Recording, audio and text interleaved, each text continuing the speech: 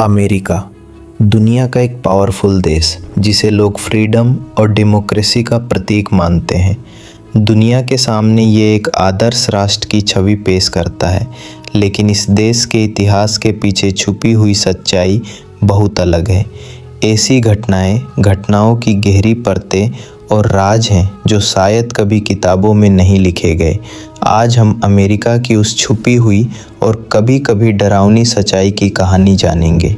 America के असली लोग थे नेटिव अमेरिकन्स। ये ट्राइब्स हजारों सालों से इस ज़मीन पर रहते थे और प्रकृति के साथ सामंजस्य में अपना जीवन व्यतीत करते थे। उनकी संस्कृति, रीति रिवाज और जीवन शैली बेहद समृद्ध थी, लेकिन 1500 के दशक में यूरोपियन सेटलर्स आए और उनका मुख्य उद्देश्य ज़मीन पर कब्जा करना था।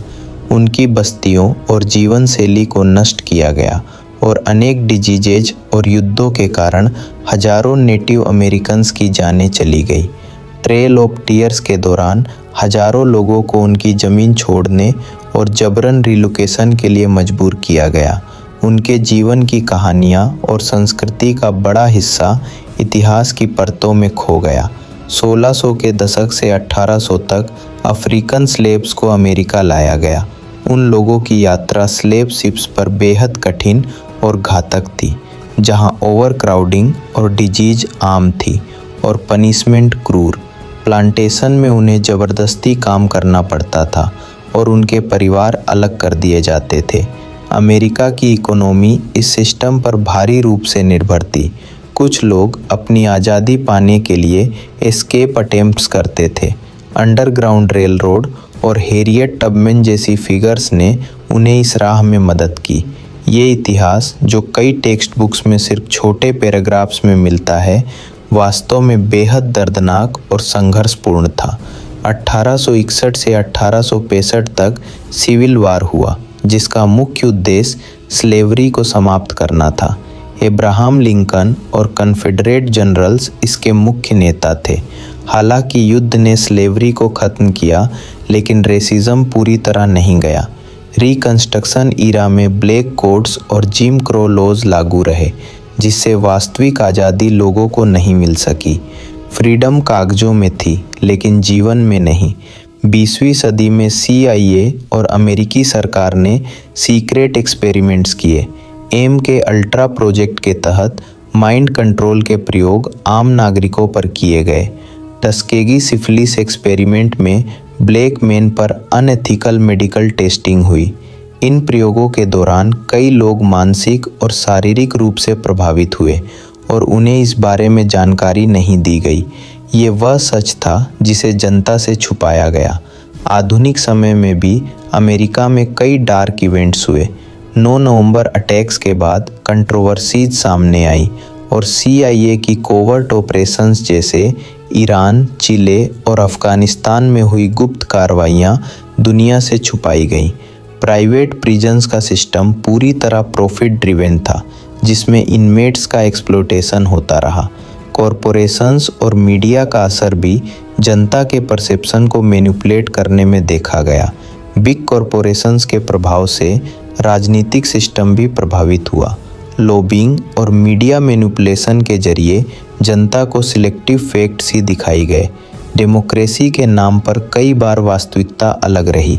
प्रोपागेंडा, मूवीज़, TV और सिलेक्टिव एजुकेशन के जरिए लोगों को सच का पूरा पता नहीं चला। फियर का इस्तेमाल सोशल कंट्रोल के लिए किया गया और आम नागरिक सच्चाई से वंचित रहे। आज भी अमेरिका एक पावरफुल नेशन है, लेकिन इसके इतिहास के पीछे की सच्चाई बहुत डार्क है। ये डॉक्यूमेंट्री नफ़रत फैलाने के लिए नहीं, बल्कि हिडन ट्रूथ्स को समझने के लिए है। अगर ये डॉक्यूमेंट्री आपको पसंद आए तो लाइक, कमेंट और सब्सक्राइब करना ना भूलें। यूनाइटेड स्टेट्स ऑफ अमेरिका को दुनिया फ्रीडम, डेमोक्रेसी और ह्यूमन राइट्स के प्रतीक के रूप में जानती है। अमेरिका खुद को ऐसा देश बताता है जहां कानून सबके लिए बराबर है और हर इंसान को न्याय पाने का अधिकार है। लेकिन इसी अमेरिका के इतिहास और वर्तमान में कुछ ऐसी जेलें भी हैं जिनके बारे में न तो स्कूल की किताबों में पढ़ाया जाता है और न ही आम जनता को पूरी सच्चाई बताई जाती है। आज हम बात करेंगे यूएसए की सीक्रेट प्रिजन्स की, उन जगहों की जहां कानून की सीमाएं धुंधली हो जाती हैं और इंसानी अधिकार सवालों के घेरे में आ जाते हैं। जब हम जेल का नाम सुनते हैं तो हमारे दिमाग में एक ऐसी जगह आती है जहां अपराधियों को सज़ा दी जाती है, जहां नियम होते हैं और जहां अदालत की निगरानी रहती है। लेकिन अमेरिका की कुछ जेलें ऐसी भी हैं जो पूरी तरह से गोपनीय रखी गई, जहां कैदियों को बिना मुकदमे के रखा गया और कई बार उनकी पहचान तक दुनिया से छुपा दी गई।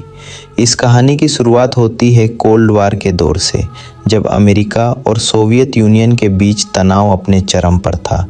इस समय यूएसए की इंटेलिजेंस एजेंसीज, खासकर CIA ने नेशनल सिक्योरिटी के नाम पर कई सीक्रेट ऑपरेशंस शुरू किए। इन्हीं ऑपरेशंस के दौरान सीक्रेट डिटेंशन सेंटर्स और कोवर्ट प्रिजन्स की नींव रखी गई। इन जगहों पर उन लोगों को रखा जाता था जिन्हें सरकार नेशनल थ्रेट मानती थी, लेकिन जिन पर खुले तौर पर कोई मुकदमा नहीं चलाया जाता था। 2001 में 9/11 अटैक्स के बाद अमेरिका की पूरी सिक्योरिटी पॉलिसी बदल गई। आतंकवाद के खिलाफ युद्ध के नाम पर यूएसए ने दुनिया भर में सीक्रेट प्रिजन्स का एक नेटवर्क खड़ा किया। इन्हें ब्लैक साइट्स कहा गया। ये black sites Afghanistan, Poland, Thailand, Romania और कई दूसरे देशों में मौजूद थे। इन जेलों का नाम तक आम जनता को नहीं बताया गया। इन सीक्रेट प्रिजन्स में जिन लोगों को रखा गया उन्हें एनिमी कॉम्बेटेंट कहा गया। इस शब्द का इस्तेमाल इसलिए किया गया ताकि उन्हें जनीवा कन्वेंशन और नॉर्मल लीगल राइट से बाहर रखा जा सके। कई कैदियों को बिना किसी सबूत के सालों तक बंद रखा गया। न उन्हें अपने परिवार से मिलने दिया गया, न ही वकील की सुविधा दी गई। ग्वांतानामो बे इसका सबसे चर्चित उदाहरण है। यह जेल टेक्निकली क्यूबा में है, लेकिन पूरी तरह यूएसए के कंट्रोल में है। ग्वांतानामो को इसलिए चुना गया ताकि यूएस लॉ की डायरेक्ट रीच से बाहर रहा जा सके। यहाँ कैदियों को वर्षों तक बिना ट्रायल के रखा गया। कई लोगों को यह भी नहीं बताया गया कि उन पर आरोप क्या हैं। फॉर्मर प्रिजनर्स के अनुसार इन सीक्रेट प्रिजन्स में इंटेरोगेशन के नाम पर टॉर्चर टेक्निक्स का इस्तेमाल किया गया। Water boarding, sleep deprivation, isolation और मानसिक दबाव जैसी मेथड्स अपनाई गई। अमेरिकन गवर्नमेंट ने इन्हें इन्हांस्ड इंटेरोगेशन टेक्निक्स कहा, लेकिन ह्यूमन राइट्स ऑर्गेनाइजेशंस ने इन्हें साफ तौर पर टॉर्चर बताया। CIA के इंटरनल डॉक्यूमेंट्स जो बाद में लीक हुए बताते हैं कि कई बार गलत लोगों को भी पकड़ लिया गया। Innocent civilians, taxi drivers, farmers और स्टूडेंट्स तक को आतंकवादी समझकर सीक्रेट प्रिजन्स में डाल दिया गया। कुछ लोग सालों बाद बिना किसी एक्सप्लेनेशन के रिहा कर दिए गए, लेकिन तब तक उनकी ज़िंदगी पूरी तरह टूट चुकी थी। इन सीक्रेट प्रिजन्स का असर सिर्फ कैदियों तक सीमित नहीं रहा। इनके कारण अमेरिका की ग्लोबल इमेज पर भी गहरा असर पड़ा। दुनिया भर में यह सवाल उठने लगा कि क्या यूएसए वाकई ह्यूमन राइट्स का रक्षक है या फिर नेशनल सिक्योरिटी के नाम पर वही काम कर रहा है जिसकी आलोचना वह दूसरों के खिलाफ करता है। प्राइवेट प्रिजन सिस्टम भी इस कहानी का एक डार्क हिस्सा है। यूएसए में कई जेलें प्राइवेट कंपनीज द्वारा चलाई जाती हैं। इनका मकसद सुधार नहीं बल्कि मुनाफा होता है। क्रिटिक्स का कहना है कि प्राइवेट प्रिजन्स और सीक्रेट डिटेंशन सेंटर्स के बीच एक छुपा हुआ रिश्ता है, जहां कैदियों को सिर्फ नंबर्स की तरह देखा जाता है। कई इन्वेस्टिगेटिव जर्नलिस्ट और विसिल ब्लोअर्स ने इन सीक्रेट प्रिजन्स की सच्चाई सामने लाने की कोशिश की।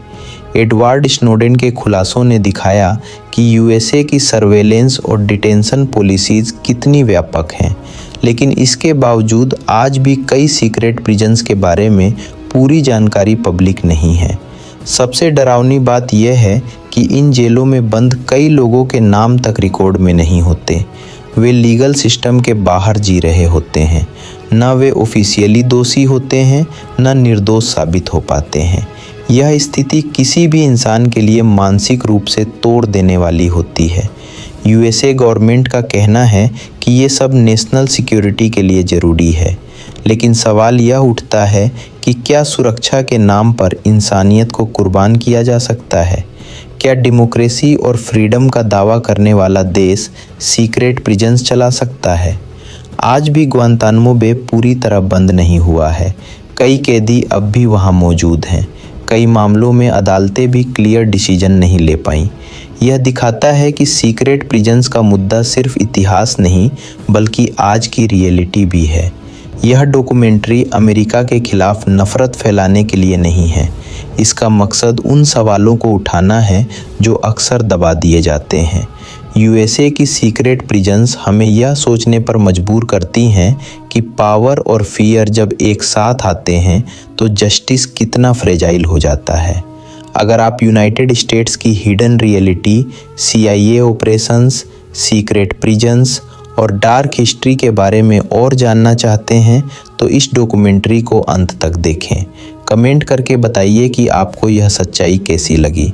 और ऐसे ही यूएसए रियलिटी और क्राइम डॉक्यूमेंट्रीज़ के लिए इस चैनल को सब्सक्राइब करें, क्योंकि हर देश की तरह अमेरिका की भी एक ऐसी सच्चाई है जो अक्सर सलाखों